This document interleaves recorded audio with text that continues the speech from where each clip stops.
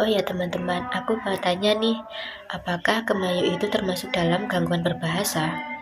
Agak sedikit bingung nih. Sebenarnya kemayu itu apa sih, teman-teman?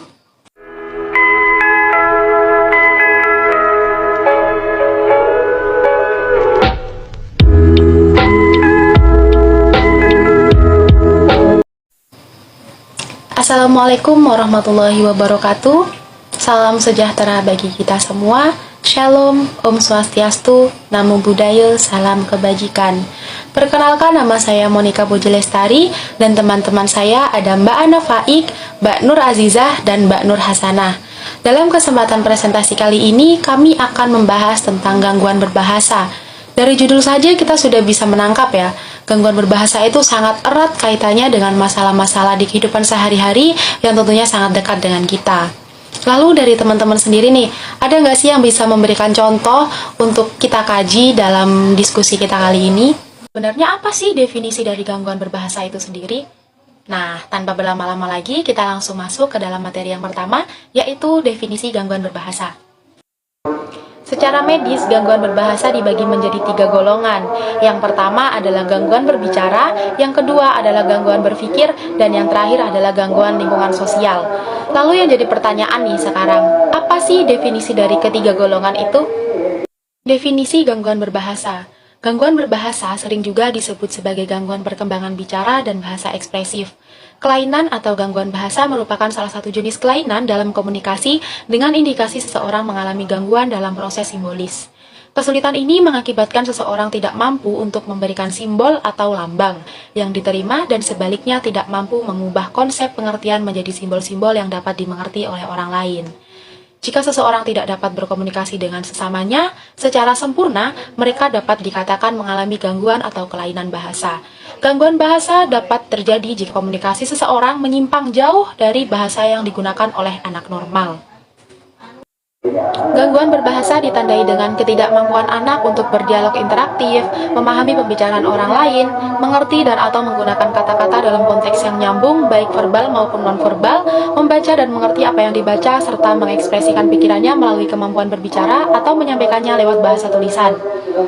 Beberapa karakteristik dari gangguan berbahasa meliputi penggunaan kata yang tidak tepat, ketidakmampuan untuk menyampaikan pendapat, ketidaktepatan dalam penggunaan pola gramatikal, kosakata yang minimal, dan ketidakmampuan untuk mengikuti instruksi.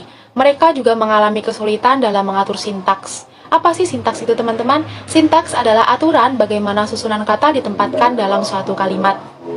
Sekarang saya akan menjelaskan tentang beberapa faktor yang dapat mempengaruhi gangguan berbahasa. Gangguan berbahasa ini secara garis besar dibagi menjadi dua, yaitu gangguan berbahasa akibat faktor medis dan akibat faktor lingkungan sosial. Yang dimaksud dengan faktor medis ialah gangguan akibat kelainan fungsi otak maupun akibat kelainan alat-alat bicara. Sedangkan yang dimaksud dengan faktor lingkungan sosial ialah lingkungan kehidupan yang tidak alamiah manusia, seperti tersisih atau terasingkan dari lingkungan kehidupan masyarakat yang sewajarnya. Secara medis, menurut Siddhartha 1984, gangguan berbahasa itu dibedakan atas 3 golongan, yaitu gangguan berbicara, gangguan berbahasa, dan gangguan berpikir. Gangguan berbicara. Berbicara merupakan aktivitas motorik yang mengandung modalitas psikis. Oleh karena itu, gangguan berbicara ini dapat dikelompokkan ke dalam 2 kategori. Yang pertama, gangguan mekanisme berbicara, dan yang kedua, gangguan berbicara psikogenik. Gangguan mekanisme berbicara adalah suatu proses produksi ucapan atau perkataan oleh kegiatan terpadu dari pita suara, lidah, otot-otot yang membentuk rongga mulut, serta kerongkongan dan paru. Maka, gangguan berbicara berdasarkan mekanismenya ini dapat dirinci menjadi gangguan berbicara akibat kelainan pada paru-paru, pada pita suara, pada lidah, dan pada rongga mulut, serta kerongkongan. Berikutnya, gangguan psikogenik. Di tempat disebut sebagai variasi cara berbicara yang normal, tetapi yang merupakan ungkapan dari gangguan di bidang mental. Modalitas mental yang terungkap oleh cara berbicara sebagian besar ditentukan oleh nada, intonasi, intensitas suara, lafal, dan pilihan kata. Ujaran yang berirama lancar atau tersendat-sendat dapat mencerminkan sikap mental si pembicara. Gangguan psikogenik ini antara lain yaitu berbicara manja. Disebut berbicara manja karena ada kesan seseorang yang melakukannya untuk meminta perhatian, seperti anak-anak yang baru terjatuh dan terluka atau mendapat kecelakaan. Akan terdengar adanya perubahan cara berbicaranya. Dengan berbicara demikian, dia mengungkapkan keinginannya untuk dimanja. Gejala seperti ini juga didapati pada orang tua. Kemudian, berbicara gagap adalah berbicara yang kacau karena sering tersendat-sendat, mendadak berhenti, lalu mengulang-ulang suku kata. Seringkali si pembicara tidak berhasil mengungkapkan suku kata awal, hanya dengan susah payah berhasil mengungkapkan konsonan atau vokal awalnya saja. Lalu, dia memilih kata yang lain dan berhasil menyelesaikan kalimat tersebut meskipun dengan susah payah juga. Yang terakhir, berbicara gemayu. Menurut Siddhartha 1984, berbicara gemayu berkaitan dengan perangai kewanitaan yang berlebihan. Berbicara gemayu dicirikan oleh gerak bibir dan lidah yang menarik perhatian dan lafal yang dilakukan secara ekstra menonjol, ekstra gemulai, dan ekstra memanjang. Meskipun berbicara seperti ini bukan suatu gangguan ekspresi bahasa, tetapi dapat dipandang sebagai sindrom fonologik yang mengungkapkan identitas kelamin. Kedua, gangguan berpikir. Dalam sosiolinguistik dikatakan bahwa setiap orang mempunyai kecenderungan untuk menggunakan perkataan yang disukainya, sehingga corak bahasanya adalah khas bagi dirinya sendiri. Hal ini dalam sosiolinguistik disebut idioleg atau ragam bahasa perseorangan. Setiap orang memproyeksikan kepribadiannya pada gaya bahasanya. Lalu kalau diingat nih, bahwa ekspresi verbal merupakan pengutaraan isi pikiran, maka yang tersirat dalam gaya bahasa tentu bahasa isi pikiran yang terganggu. Ada beberapa contoh nih dari gangguan ekspresi verbal, yaitu yang pertama pikun, yang kedua schizofrenik, dan yang ketiga yaitu depresif. Kita bahas satu-satu ya. Yang pertama pikun. Orang yang pikun menunjukkan banyak sekali gangguan seperti agnosis, apraksia, amnesia, perubahan kepribadian, perubahan perilaku, dan kemunduran dalam segala macam fungsi intelektual. Semua gangguan itu menyebabkan kurang berpikir, sehingga ekspresi verbalnya diwarnai dengan kesukaran, menemukan kata-kata yang tepat. Kalimat seringkali diulang-ulang. Apa yang dikatakan diulang lagi. Pembicaraan sering terputus karena arah pembicaraan tidak teringat atau tidak diketahui lagi, sehingga berpindah ke topik lain. Kepikunan atau demensia itu suatu penurunan fungsi memori atau daya ingat dan daya pikir lainnya yang dari hari ke hari semakin memburuk. Gangguan kognitif ini meliputi terganggunya ingatan jangka pendek, kekeliruan mengenai tempat, orang, dan waktu, juga gangguan kelancaran bicara. Yang kedua, schizofrenik. Seorang penderita schizofrenik ini dapat berbicara terus-menerus. Pecahannya hanya merupakan ulangan curah verbal semula dengan tambahan sedikit-sedikit atau dikurangi beberapa kalimat. Schizofrenik ini termasuk dalam halusinasi gitu ya teman-teman. Sebelum diganggu halusinasi, biasanya bahasa para penderita schizofrenia ini tampak terganggu. Pada tahap-tahap awal penderita schizofrenik ini mengisolasi pikirannya, tidak banyak berkomunikasi dengan dunia luar, tetapi banyak berdialog dengan diri sendiri.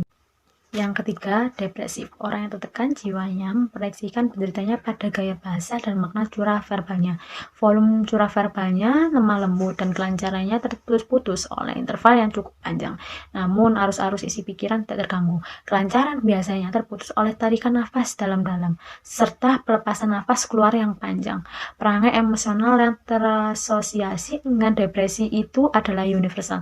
Curah verbal yang depresif dicoraki oleh topik yang menyedihkan, menyalahi dan mengutuk diri sendiri, kehilangan gairah bekerja dan gairah hidup, tidak mampu menikmati kehidupan, malah cenderung mengakhirinya.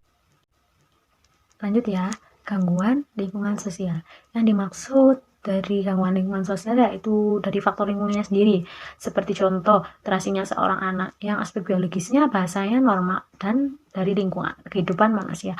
Keterasingan bisa disebabkan karena diperlakukan dengan sengaja atau sebagai eksperimen, bisa juga karena hidup bukan dalam lingkungan manusia, melainkan dipelihara oleh seperti binatang.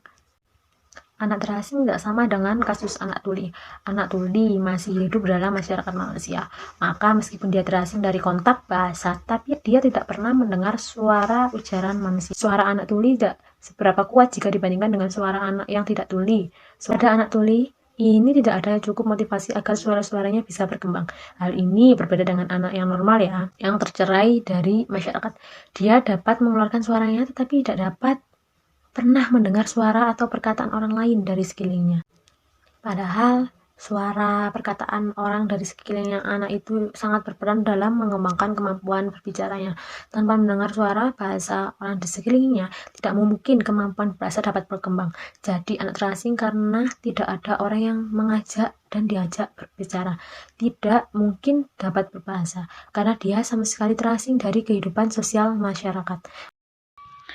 Dan yang selanjutnya adalah pendekatan dan metode dalam intervensi gangguan bicara dan bahasa dalam mengintervensi anak yang mengalami gangguan bicara dan bahasa. Terdapat beberapa pendekatan yang dapat dipergunakan sesuai dengan gangguan yang dialami anak. Yang pertama, pendekatan bermain. Pendekatan yang dipandang tepat diterapkan pada anak adalah pendekatan bermain, atau yang disebut dengan play approach. Karena dunia anak adalah dunia bermain. Bermain merupakan suatu kegiatan yang menyenangkan bagi anak. Melalui bermain, secara tidak langsung, anak dituntut untuk mempelajari hal-hal yang berhubungan dengan mainannya. Karena setiap permainan mempunyai aturan-aturan yang harus dipahami anak. Dalam kegiatan bermain bersama, anak dapat terdorong untuk memperhatikan dan menirukan bicara atau suara teman bermainnya, atau memperagakan penggunaan mainannya dengan atau tanpa bicara. Dan yang kedua, pendekatan multisensoris.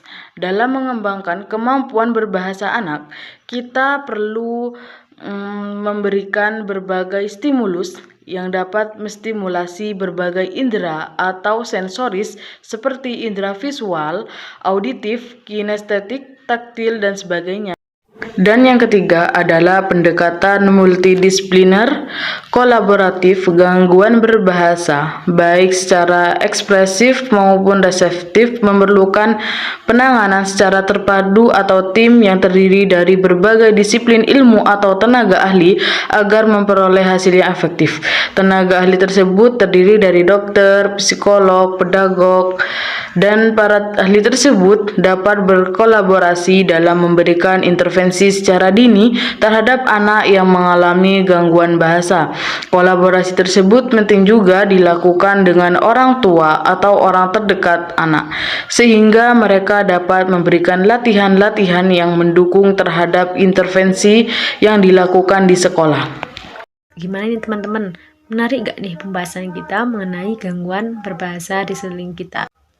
Sebelum presentasi kami akhiri, kami sekelompok mengucapkan terima kasih atas atensi teman-teman. Selama presentasi, semoga materi ini bisa bermanfaat bagi kita semua.